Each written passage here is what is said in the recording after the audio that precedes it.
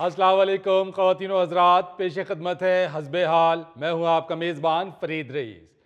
नाज़रीन, स्मोक की वजह से लोग मुख्तलिफ अमराज में मुब्तला हो रहे हैं। अस्पतालों में मरीजों की क्या हालत है, आइए देखते हैं।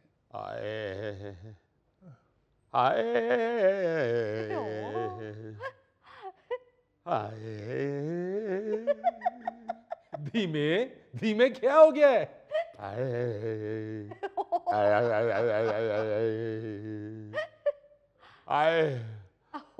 बाबू जी गरीब बंदा फिर अपनी तकलीफ का ही मजा लैन लग पैंदा। आए वेखो ना, कोई सुनता ही नहीं पिया। ओए दवाई नहीं देनी तो कोई तसल्ली दे दियो।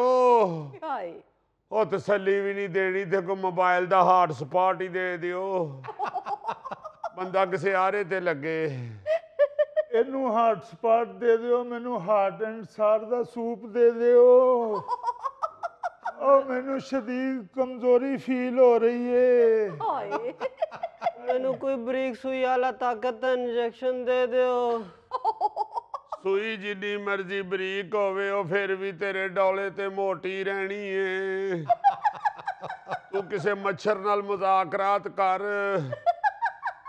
तू पहले मच्छर नू इंजेक्शन लवा ते फिर मच्छर नू कहो कि इत्थे डंग मार दे। आए क्या शोर मचा रखा है?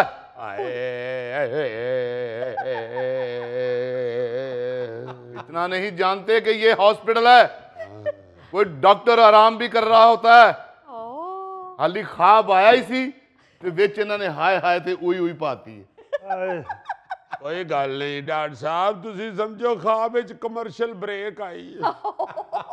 ओनी देर मैनू वेख लवो। और तुहाडी मेहरबानी मैनू वेख लवो। इतना देखूं तुम्हें 9 साल हो गए तुम्हें देखते हुए। और जिन्नी देर तक जिंदा वा तुहानू वेखना ते पैना ही है। तुसी सानू वेख के अक गए हो, साडा हौसला वेखो, असीं भी ते तुहानू वेख रहे हैं।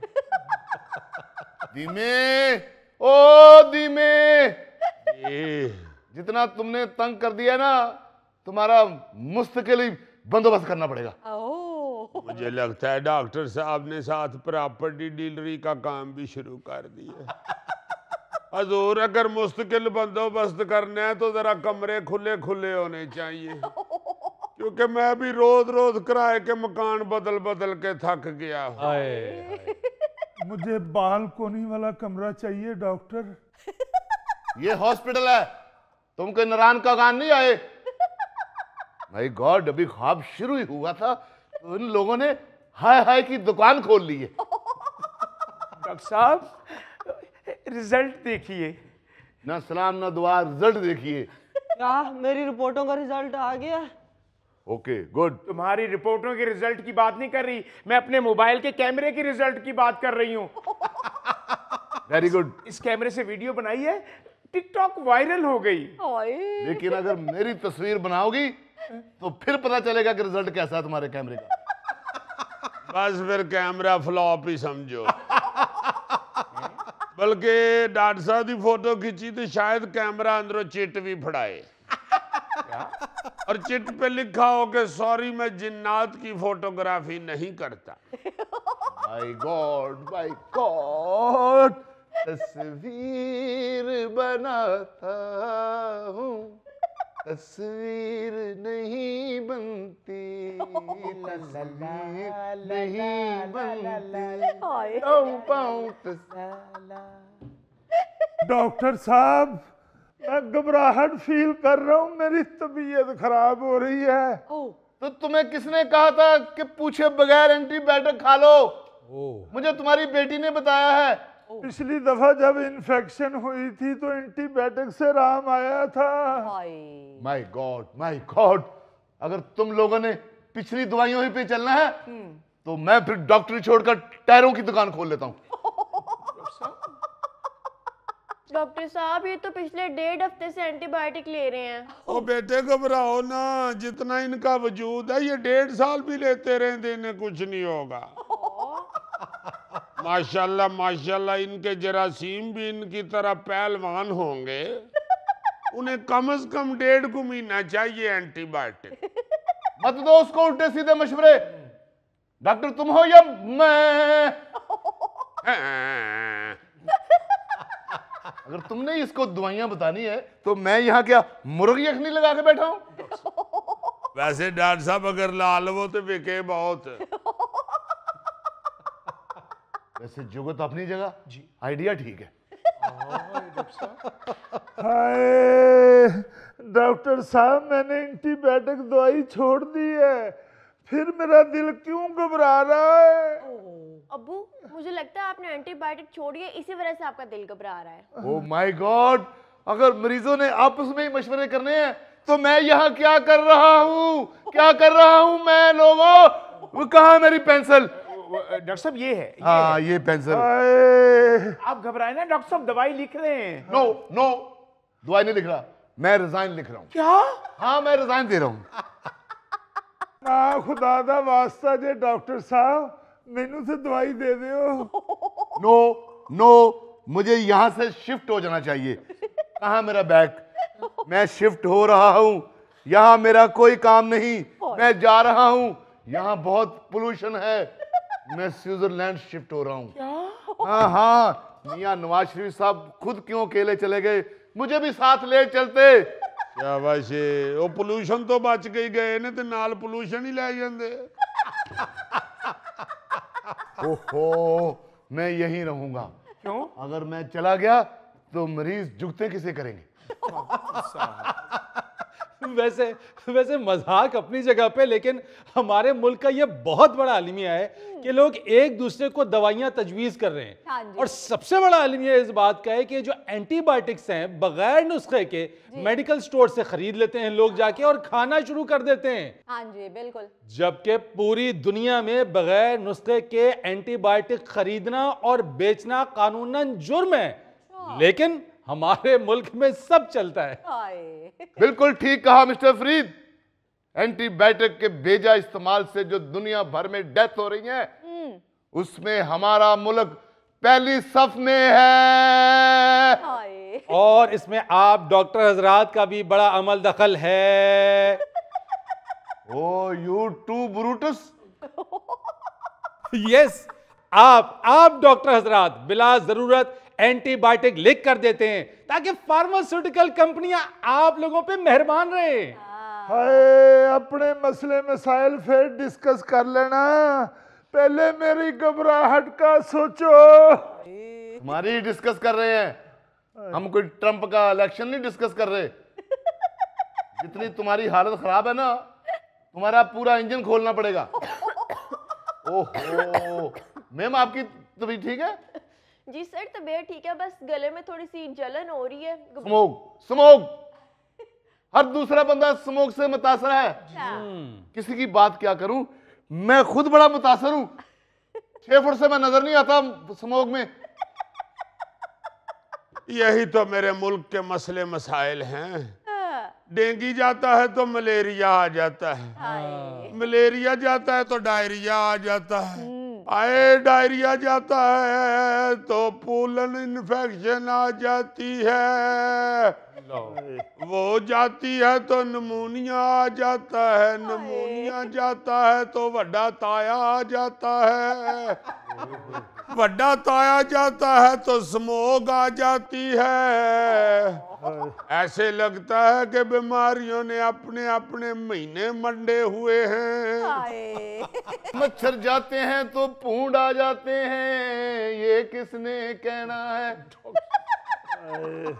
डॉक्टर साहब हिशरातुल अर्ज दे हवाले नाल तुसी ही जानदे हो।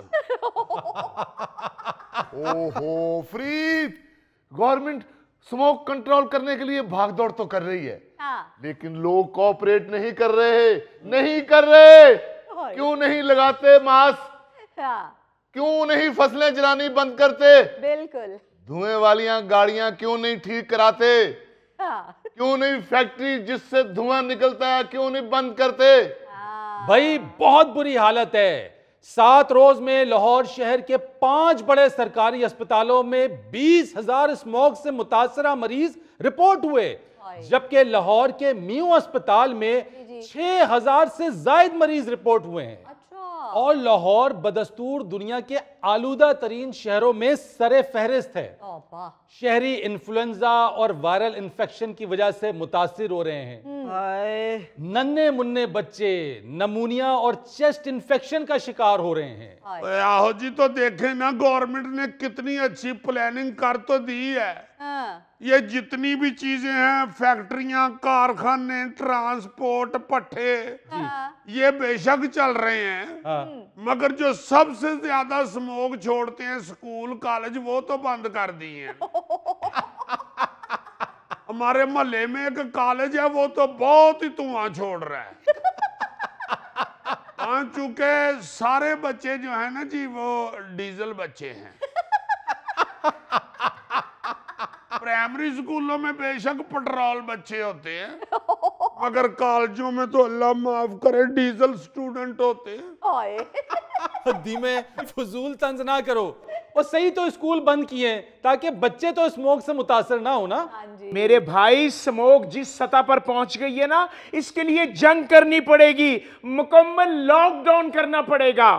ओहो, हमें हमेशा लेट समझ आती है, जबकि मेहंदी हसन साहब ने कई साल पहले कह दिया था, ये धुआं सा कहां से उठता है। अरे मेरा बीपी जिस जगह पे पहुंच चुका है, इसका तो कुछ कर लो। ये आवाज कहां से आई? कहां से आई आवाज? ए जनाब, एस टूटी चो आई जे।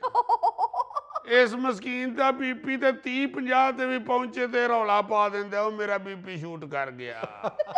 ओ माय गॉड, इतना सा मुंह लेके आ जाते हॉस्पिटल। हॉस्पिटल है ये, मजाक है? हाय सिस्टर, मोबाइल छोड़कर मरीजों का भी कुछ कर ले। क्या कर लूं मरीज का? कंघी कर लूं? मैंने नहीं देखना मरीज को, डॉक्टर साहब बैठे हुए, उन्होंने देखना है। जी जी जी, नर्स बाजी ने सिर्फ मोबाइल देखना है। बंद कर देती हूँ मोबाइल, मेरी टिकटॉक क्या हिट हुई है, तमाम लोग जेलस हो गए हैं। बस बस बस, सारे मरीज अपने जज्बात कंट्रोल में रखें। पहले भी एक खबर आ चुकी है दीपालपुर से। एक टिकटॉकर नर्स ने मरीज को थप्पड़ मार दिया और अब महकमाना कार्रवाई भुगत रही है वो। अल्लाह खैर करे। और नहीं जी, मैं तो वैसे ही गल की सी। सर ऐसी कोई ऐसी हरकत नहीं करता, ये मरीज ही गुस्सा चढ़ाते हैं। क्यों गुस्सा करती हो फरजाना? मत करो गुस्सा, थूक दो गुस्सा, जाओ बाहर थूक के आओ। चलें छोड़ें डॉक्टर साहब। मेरी तरफ देखो, मैं करता हूं गुस्सा? यहां मुझे मरीज तंग करते हैं, मोहल्ले में बच्चे तंग करते हैं, घर जाओ तो तुम्हारी भाभी तंग करती है। यकीन मानो, बिलीव मी, जब तुम्हारी भाभी बोलना शुरू करती है, मैं खामोशी से किचन में जाता हूं और बर्तन मांजने शुरू कर देता हूं। और याद रखो, सवा से बर्तन मांजने से स्किन फ्रेश होती है और साबुन से बर्तन मांजने से खून में रवानी आती है। डॉक्टर साहब आप भी ना बस। चलो डॉक्टर साहब ते बस, सानू ते कोई दवाई दारू दियो। धीमे मैं हूं ना। तुसी की होना, तुसी ते इत्थे सस्सी पुन्नू शुरू की थी। नाजरीन, यहाँ लेते एक छोटी सी ब्रेक। मुझे अच्छी तरह याद है जब पहली दफा मेरी पुड़पुड़ी की रंग फड़की थी, तो हमने 92 का वर्ल्ड कप जीता था। फिर एक दफा ये रंग फड़की थी तो हमने एटमी धमाका किया था। फिर एक दफा ये रंग फड़की थी तो पिंडी में एक गैस सिलेंडर फट गया था।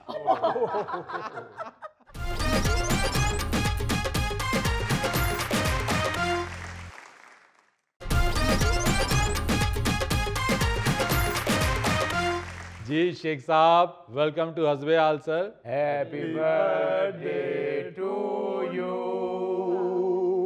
Happy birthday to you Sheikh साहब। बहुत शुक्रिया जनाब, बहुत शुक्रिया। जी जी शेख साहब, हैप्पी बर्थडे सर। बड़ी मेहरबानी फरीद साहब, बहुत शुक्रिया। मैं यहाँ ये ज़रूर कहूँगा कि जिन लोगों ने, जिन दोस्तों ने सालगिरह की मुबारकबाद दी जी और मेरी मोहब्बत में मुझे केक भिजवाया, उनका खुसूसी शुक्रिया। वाह। और जो किसी मसरूफियत की वजह से, मेरा मतलब है कि नहीं भिजवा सके, जी उनके लिए पैगाम देना चाहता हूं कि अगले साल 6 नवंबर का इंतज़ार ना करें। मुझे हैप्पी बिलेटेड बर्थडे का केक भी काट कर उतनी ही खुशी होती है। ऐसे शेख साहब, असूली तौर पर तो अपनी सालगिरह पर आपका केक खिलाना बनता है। वो जी छोड़े असूली तौर पर, यहाँ पहले कौन सा असूली तौर पर सारे काम हो रहे हैं। यहाँ लोग असूली से ज्यादा वसूली पर यकीन रखते हैं। चले शेख साहब, वैसे आप माशाल्लाह से 74 बरस के हो गए हैं। जी हाँ, अल्लाह ताला के फजलो करम से 74 का हो गया हूँ। मगर जब आप मेरी तबीयत देखेंगे तो आपको 74 उल्टा पढ़ना पड़ेगा।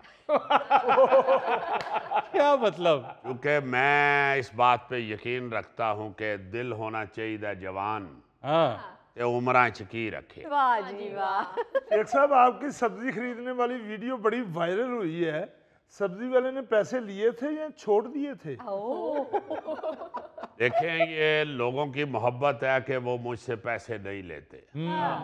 मैं वरना बड़ा जोर लगाता हूँ कि भाई खुदा के लिए आपकी मोहब्बत अपनी जगह, मगर आप सौदे के पैसे तो लेना। चलें, अगर बिल 2325 बना हुआ है तो चलें ठीक है, 2300 छोड़ दें, ऊपर वाले 25 तो लें। मगर ये लोगों की मोहब्बत है, और ख़ास तौर पे मेरे इलाके में तो लोग मुझसे पैसे नहीं लेते। हाँ।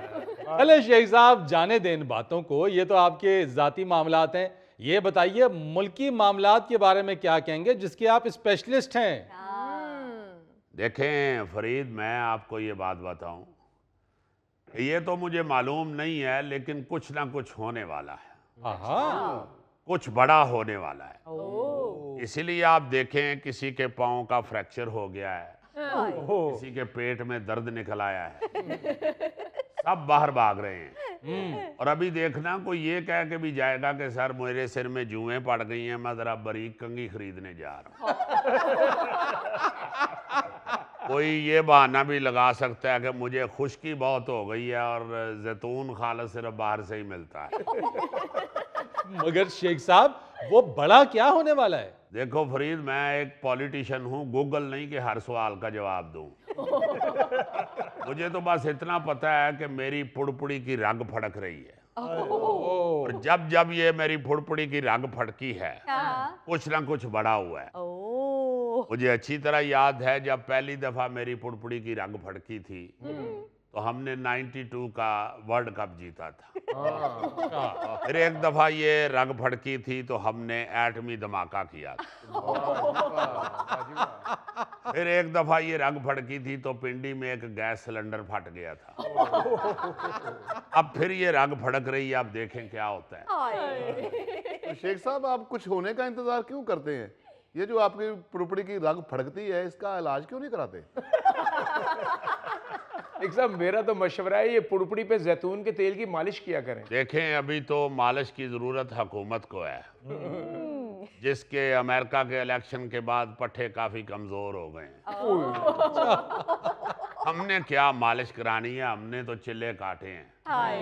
ये जाए कि सेहत अब तक ठीक नहीं है, लेकिन इतना जानते हैं कि बुज़दिल आदमी 100 बार मरता है, जबकि मजबूत आदमी सिर्फ एक बार मरता है। वाह। इसलिए हुकूमत से यही कहूँगा कि जुल्म उतना करें जितना ये बर्दाश्त कर सके।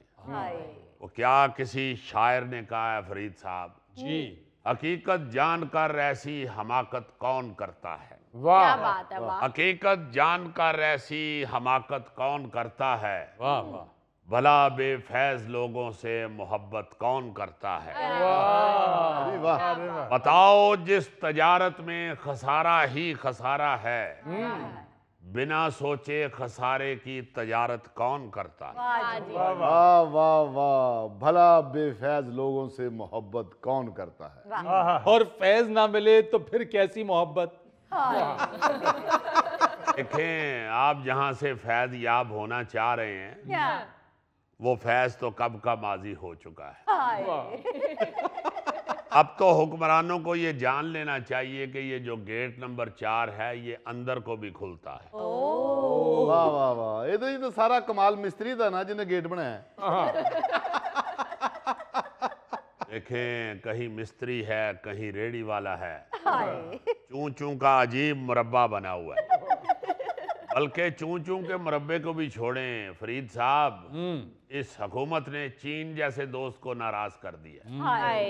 इस बात पे आवाम इन्हें कभी माफ करेगी और ना ही मैं कभी माफ करूंगा। ओ, बस मेरी तो हाई लगनी है इस हुकूमत को बस।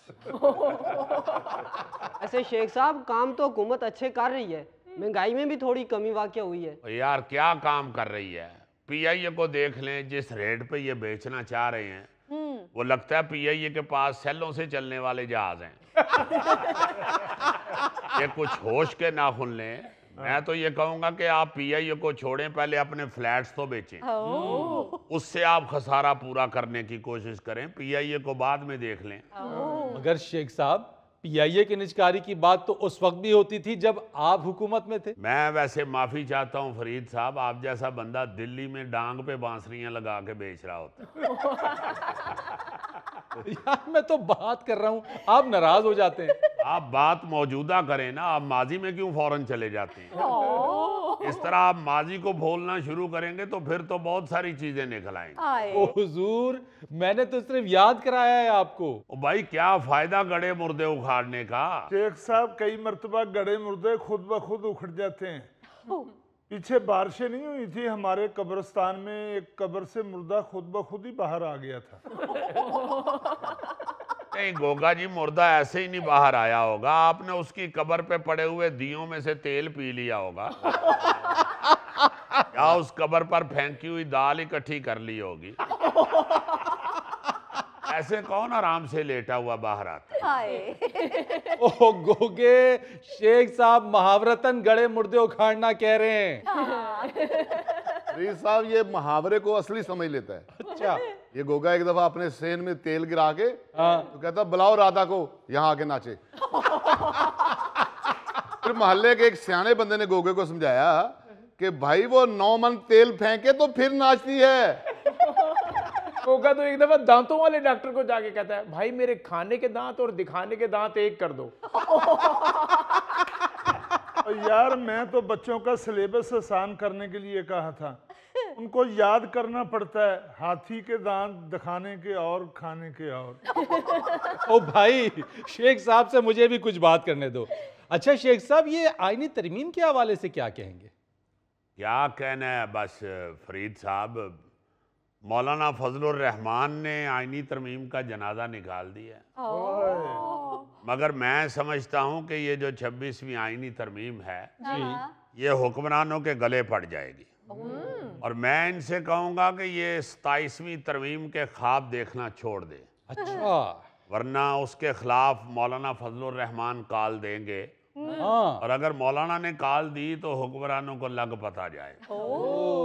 यानी आप हुक्मरानों को कहना चाहते हैं, नी चुप कर दाड़ वट जाना इश्क दा खोल खुलासा, चंबड़ी लथ जाएगी नी चंबड़ी लथ जाएगी, एवें बन जाएगी जग दा हासा। नाज़रीन, यहाँ लेते एक छोटी सी ब्रेक। अजीज, एक सवाल का जवाब तो दो। यस। तकरीबन 25 सालों में कोई 3-4 सवाल किए होंगे आप साथ। जाहिर है, जितनी अक्ल होती है बंदा उतना ही सवाल करता है। एक्सक्यूज मी, मेरे पास टाइम नहीं होता, इसलिए मैं सवाल नहीं करता। जी पूछें जनाब, पूछें। सवाल मेरा ये था कि ये जो गाड़ी के टायरों में हवा भरी जाती है, जी जी, ये साफ होती है या आलूदा होती है?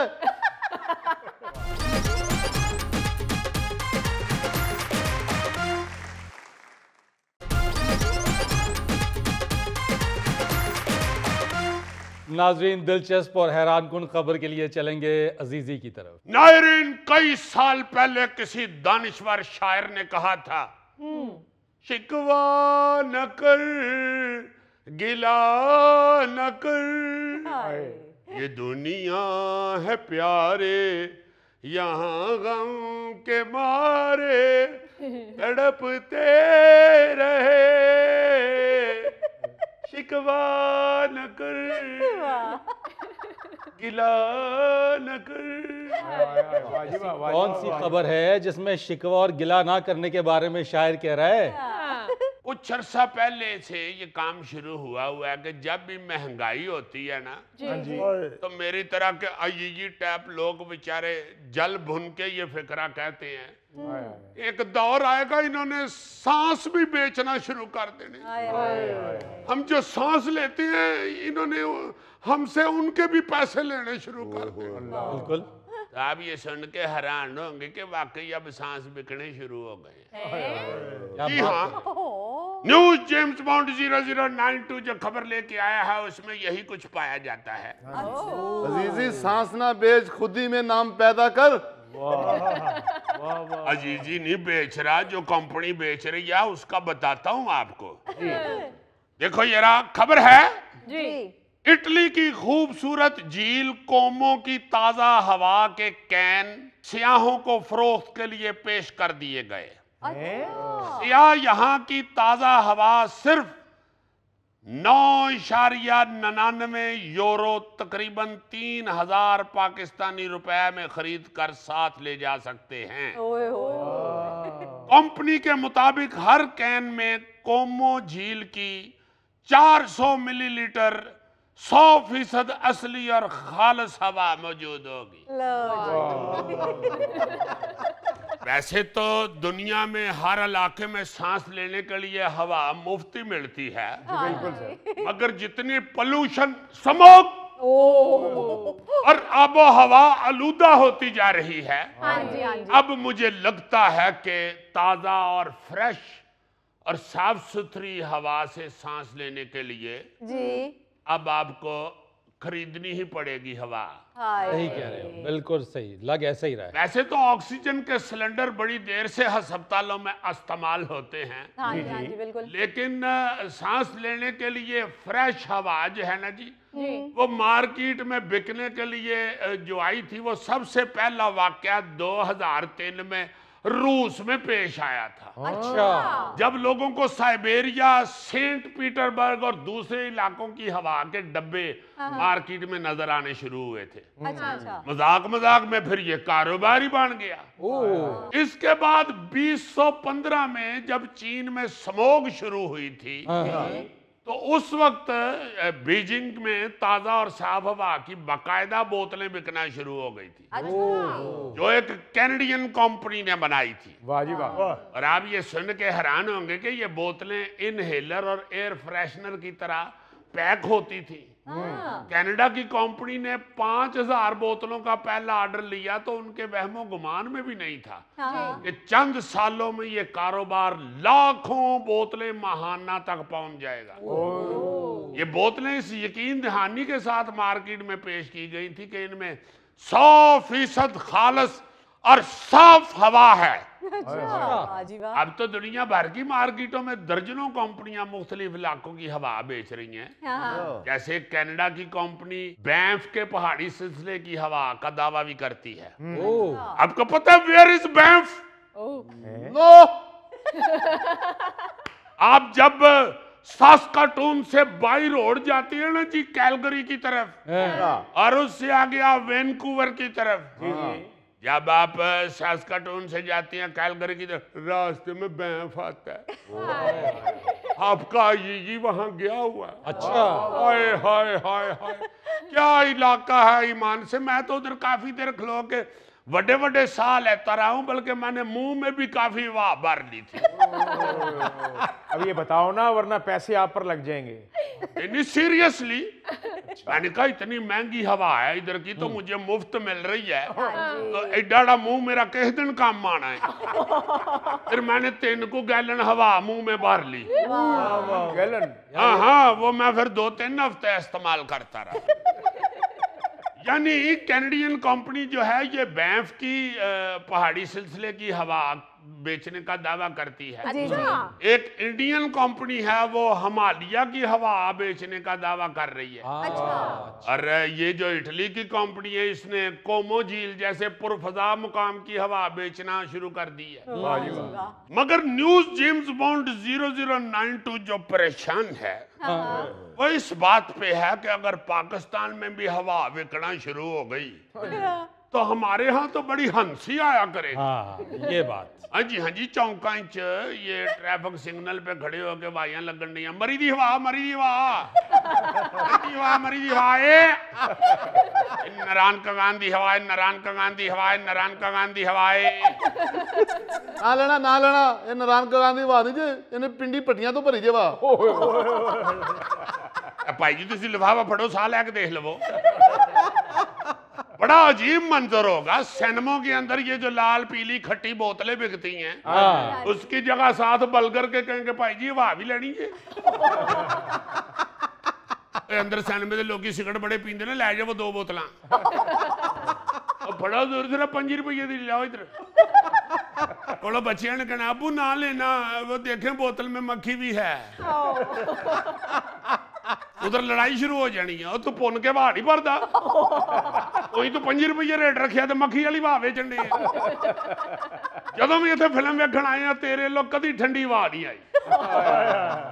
एक सवाल का जवाब तो दो। यस तकरीबन 25 सालों में कुछ 3-4 सवाल किए होंगे आप साथ। जाहिर है जितनी अकल होती है बंदा उतना ही सवाल करता है। एक्सक्यूज मी मेरे पास टाइम नहीं होता इसलिए मैं सवाल नहीं करता। जी पूछें जनाब पूछें। सवाल मेरा ये था कि ये जो गाड़ी के टायरों में हवा भरी जाती है जी ये साफ होती है या आलूदा होती है? ये तो मुझे पता नहीं मगर आप उसमें भी सांस ले सकते हैं। अजीजी जो दोस्त पहाड़ी इलाके में सैर करने के लिए जाएंगे ना वो गिफ्ट के तौर पे वहां से हवा ही लेकर आया करेंगे। वैसे अजीजी बिजनेस अच्छा है मैं भी सोच रहा हूँ कि हवा बेचनी शुरू कर दूं। लेना बात को लेना ये गंदे नाल तरह दे। ओ गुड आइडिया बंदे दी किसी नाल लड़ाई होवे तो उन्हां दे घर गंदे नाले दी वाह लै जाए तो मिल मुल के वापस आ जाओ बेचारे बाद चो खंघदे फिरन। अजीजी भाई पाकिस्तान में सबसे फ्रेश हवा किस इलाके की है? और यार जिस इलाके की भी हो तुम तो ईमान से उधर से अगर हवा की एक छोटी सिरेंज भी मंगवा लो तो तुम्हारा साल निकल जाएगा। मुजफ्फर बेचारे ने ना एक दफा गुब्बारे में ना हवा भरनी थी। अच्छा तो गुब्बारा मुंह को लगा के तो मुझे कहता है मेरी कमर को दबाओ। मैंने 15-20 दफा इसकी कमर को ऐसे पंप किया तो ये गुब्बारे समेत ही उड़ गया। नाज़रीन यहाँ लेते हैं एक छोटी सी ब्रेक। 7 फायदे जो हैं उनमें सबसे पहला ये है कि आप अपनी पसंद का खाना खा सकते। बिल्कुल सही कह रहे हैं। जाहिर है जब आप 2 या 3 इकट्ठे बैठ के खाते हैं तो फिर आप दूसरों से पूछते हैं आपने क्या खाना है जो आप चाय मंगवा लें जो आप खाएंगे मैं भी वो खा लूंगा। इन सारी बातों से बंदा बच जाता है और सीधा कहता है एक्सक्यूज मी मेरे लिए चप्पल कबाब ले आओ।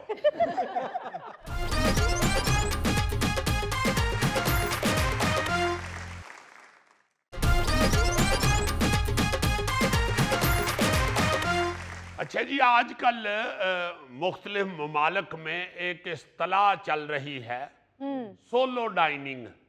अच्छा यानी अकेले बैठ के खाना खाना।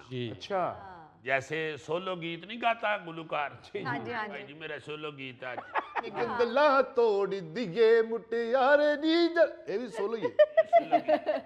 इसी तरह अब सोलो डाइनिंग जो है ना जी अकेले खाना खाना हाँ जी हाँ जी ये अब पूरी दुनिया पे फैलता जा रहा है। मैं ये हरगिज नहीं कहता कि ये यूरोपियन कंट्रीज ने या अमेरिका ने या जापान ने गोगे से आकर के ये शुरू किया। यार हमें पता ही नहीं ऐसी तुम्हें कैसे पता चल जाता है ऐसी चीजों। यार मेरा ख्याल है लाईमन चूंकि महंगाई हर जगह बड़ी होती जा रही है। दूसरा ये है मेरा ख्याल है कि लोगों के पास अब वक्त बहुत कम है इसलिए ये सोलो डाइनिंग जो है ना जी ये ज्यादा रवाज पाता जा रहा है। अकेले अकेले खाओ पियो और बस निकलो फटाक। और ये जो सोलो डाइनिंग है ना जी ये खास तौर पे यूरोप अमेरिका और जापान में अच्छा बहुत पॉपुलर होती जा रही अच्छा है। अमेरिका में एक कंपनी है जो मुख्तलिफ होटलों में लोगों के लिए टेबल बुक करती है खाने जी जी ये उसका नाम है ओपन टेबल। अच्छा उस कंपनी की एक रिसर्च के मुताबिक अमेरिका में सोलो डाइनिंग कल्चर गुज़श्ता 2 सालों में 29% इजाफे के साथ 60% तक पहुंच गया है।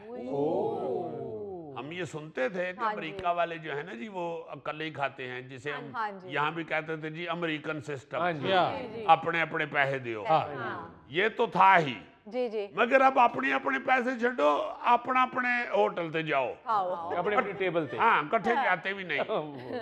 और ये देखो आप, यानी 100 में से 60 बंदे अब खाने के लिए जो टेबल बुक कराते हैं, हाँ। उस कंपनी की रिसर्च के मुताबिक वो अपने बजट से गोगे टैब लोगों को निकाल फेंकते हैं। इसी तरह जापान के research institute heart paper gourmet eating out जी जी जी रिसर्च इंस्टीट्यूट है, हाँ जी हाँ जी उसके सर्वे के मुताबिक 23% जापानी शहरी अकेले खाना पसंद करते हैं। अच्छा बर्तानिया, जर्मनी और दूसरे यूरोपीय मुल्कों में भी ये रुझान जो है हाँ जी हाँ जी ये 20% के करीब हो चुका है। ओ हमारे यहाँ तो बड़ा वो मुहावरा चलता था पंजाबी में कि कट्ठे खाओ खंड खाओ, हाँ जी हाँ जी या उर्दू में कहते थे कि इकट्ठे खाओ और खुशियां पाओ। हाँ जी। अब मुहावरा ये चल रहा है कि कल्ले खाओ और पैसे बचाओ